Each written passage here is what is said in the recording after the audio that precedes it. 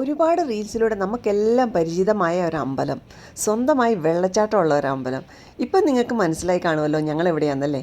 ഒത്തിരി നാളുകൾക്ക് ശേഷം, ഒത്തിരി ആഗ്രഹിച്ചതിന് ശേഷം പെട്ടെന്നൊരു യാത്രയായിരുന്നു കേട്ടോ, നമ്മുടെ അരുവിക്കൽ ശ്രീ ശിവസുബ്രഹ്മണ്യ സ്വാമി ക്ഷേത്രത്തിലേക്ക്.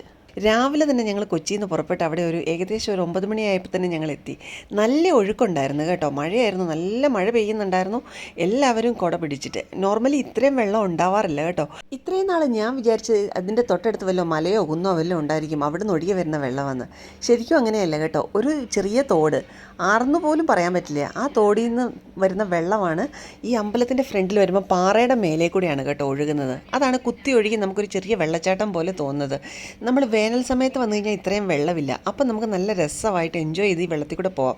ഇപ്പോഴാണെങ്കിൽ നല്ല ഒഴുകുണ്ട്. ഞങ്ങൾ ചെന്ന ദിവസമാണെങ്കിൽ നല്ല മഴയായിരുന്നല്ലോ, അതുകൊണ്ട് ഞങ്ങൾക്ക് ശരിക്കും പറഞ്ഞാൽ അതിൻ്റെ അതോടെ നടക്കാൻ പോലും പറ്റുന്നുണ്ടായിരുന്നില്ല, നല്ല വഴുക്കലുണ്ടായിരുന്നു. ഇത്രയും വെള്ളത്തിൽ കൂടെ പോകണമെന്ന് നിർബന്ധമൊന്നുമില്ല കേട്ടോ, ബാക്കിലൊരു വഴിയും കൂടെ ഉണ്ട്, അതുകൊണ്ടൊരു സമാധാനം. എന്തായാലും ഞങ്ങൾ ഭയങ്കര ഹാപ്പി ആയിരുന്നു. വേനലിൽ വന്നിരുന്നെങ്കിൽ ഇത്രയും കൂടെ നന്നായിരുന്നു. അപ്പോൾ മറ്റൊരു വീഡിയോ ആയിട്ട് വരാം. ബായ്.